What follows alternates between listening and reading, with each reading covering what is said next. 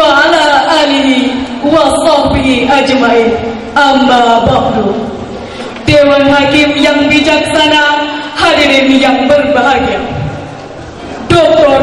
Ismail Raji Al-Faruqi, Direktur Lembaga Pengkajian Islam Internasional, mengatakan kemiskinan merupakan 3 permasalahan besar yang saat ini Indonesia. Namun dari ketiganya, kemiskinan merupakan yang paling berbahaya sebab kebodohan dan ketermiskinan. Dikemukakan beberapa konsep perekonomian untuk mengentaskan kemiskinan. Muncul konsep komunisme, gunakan prinsip kami. Salah tangan perekonomian, apa yang dirasakan oleh orang kaya harus pula dirasakan oleh orang miskin. Sejenak prinsip ini terlihat mulia, namun pada akhirnya melahirkan keiri hatian bagi si kaya dan kemalasan bagi si miskin. Lahir konsep kapitalisme, gunakan prinsip kami. Tiap-tiap individu yang mempunyai modal bebas untuk menguasai perekonomian. Namun pada akhirnya prinsip ini hanya melahirkan the rice racer and the pure. Yang kaya semakin kaya dan yang miskin bertambah miskin. Yang kuat menindas yang lemah, yang pintar memakan yang bodoh, dan yang kaya membunuh yang miskin. Akibatnya nasib orang miskin selalu di bawah, diperkosa, bahkan dibunuh hak-haknya. Nauzubillah summa nauzubillah. Dalam polemik tersebut muncul konsep Islam dengan prinsip keseimbangan dalam distribusikan harta, agar harta tidak hanya bergulir pada orang-orang kaya, tetapi mengalir pada kaum duafa. Prinsip ini, hadirin, salah satunya dapat diaplikasikan melalui ajaran zakat. Oleh karena itu, pada kesempatan kali ini kami akan membahas urgensi aktualisasi zakat dalam mensejahterakan umat.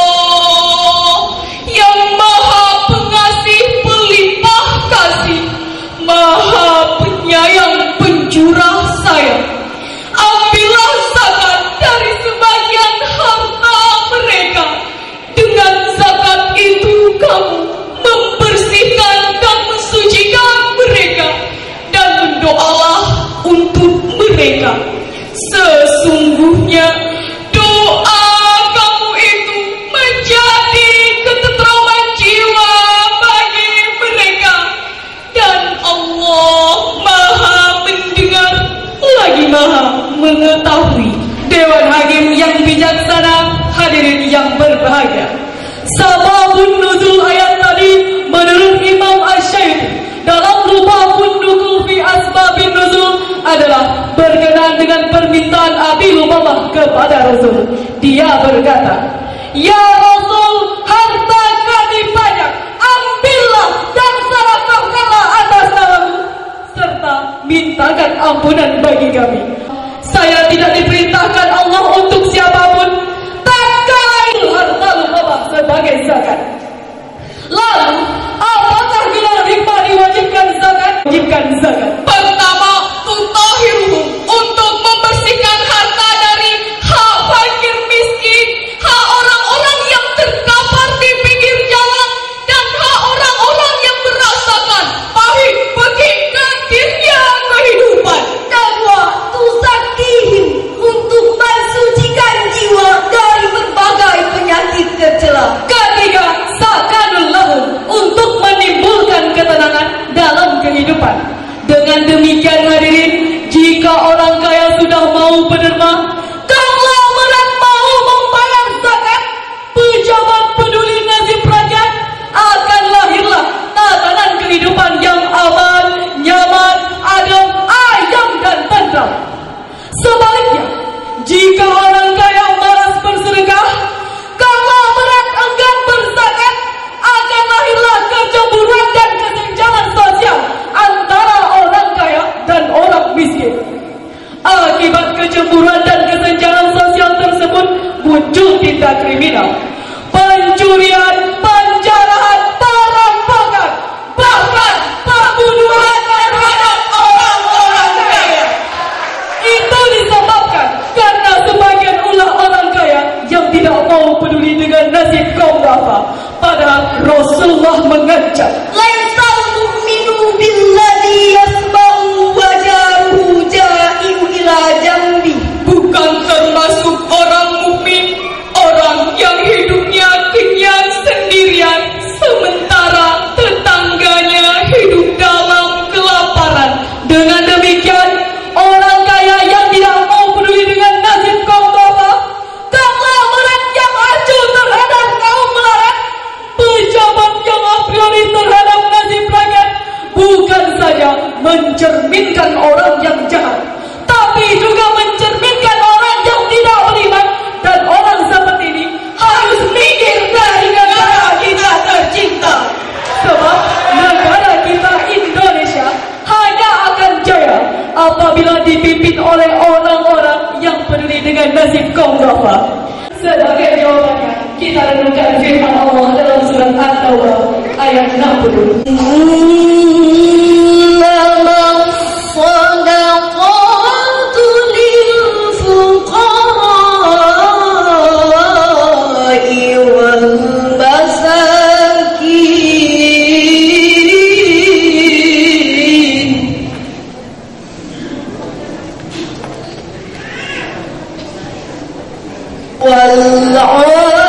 والعاملين عليها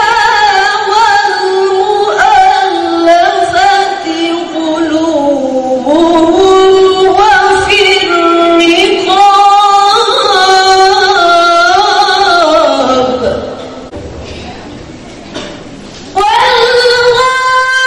والغارمين وفي سبيل الله وابن السبيل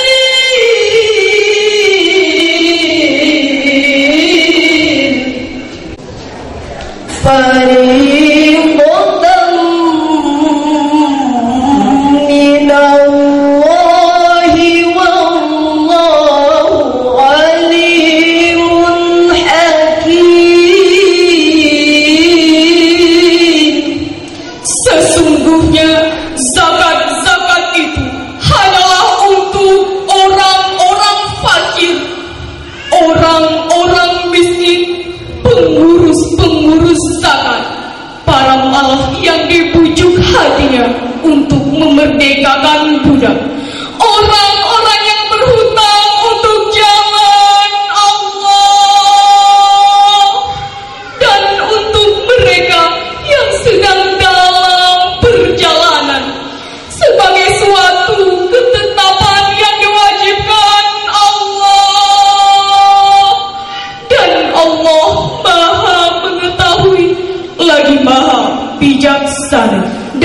hakim yang bijaksana, hadirin yang berbahagia. Dengan demikian, Islam mempunyai konsep yang jelas tentang pendistribusian harta zakat, yaitu diprioritaskan kepada kaum fakir dan miskin. Lalu, bagaimanakah kondisi kemiskinan di negara kita ini? Profesor Sukirman laporkan, 23 juta lebih penduduk Indonesia hidup di bawah garis kemiskinan.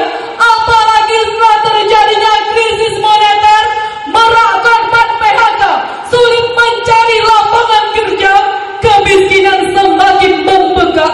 Akibat kemiskinan ini dapat kita buktikan perkataan Rasulullah pada 15 abad yang lalu.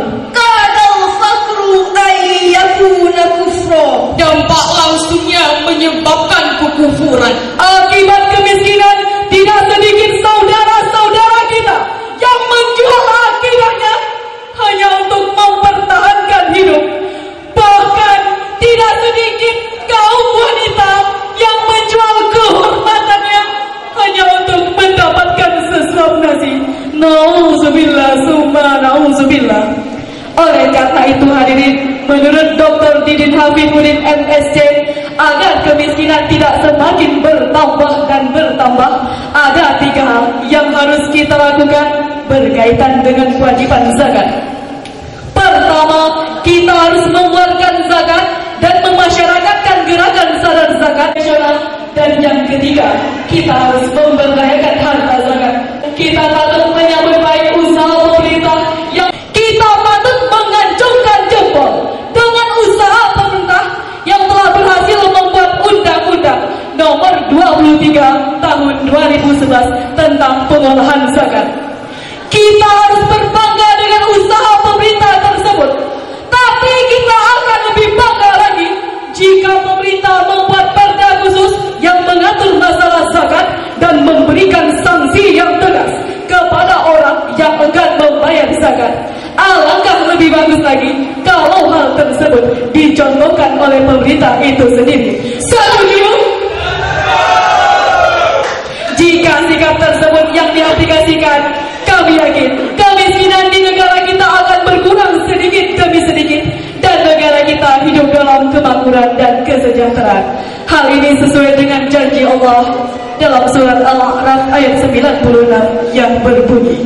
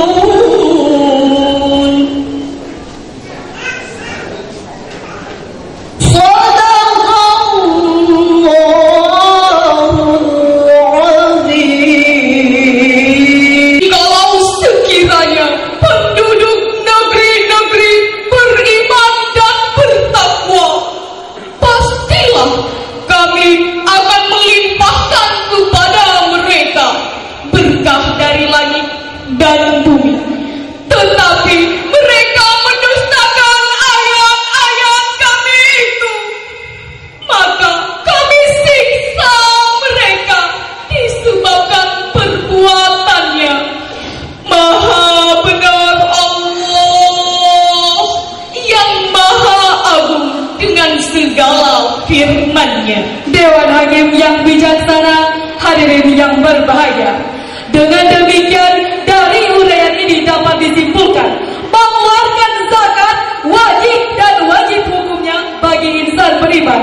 Selanjutnya, untuk mengurangi kemiskinan dan mensejahterakan umat, mari kita aplikasikan perkataan Dr. Didin Hafidhuddin MSc, yaitu kita harus mengeluarkan zakat dan mengkampanyekan gerakan sadar zakat, membuat lembaga pengolahan zakat yang profesional dan memberdayakan harta zakat untuk kepentingan umat. Akhir kata, tak ada gading yang tak retak, retaknya itulah yang jadi hiasan. tak ada lautan yang tak bergelombang, gelombangnya itulah yang jadi panutan. Tak ada manusia yang tak luput dari kesalahan dan kehilapan. Kesalahan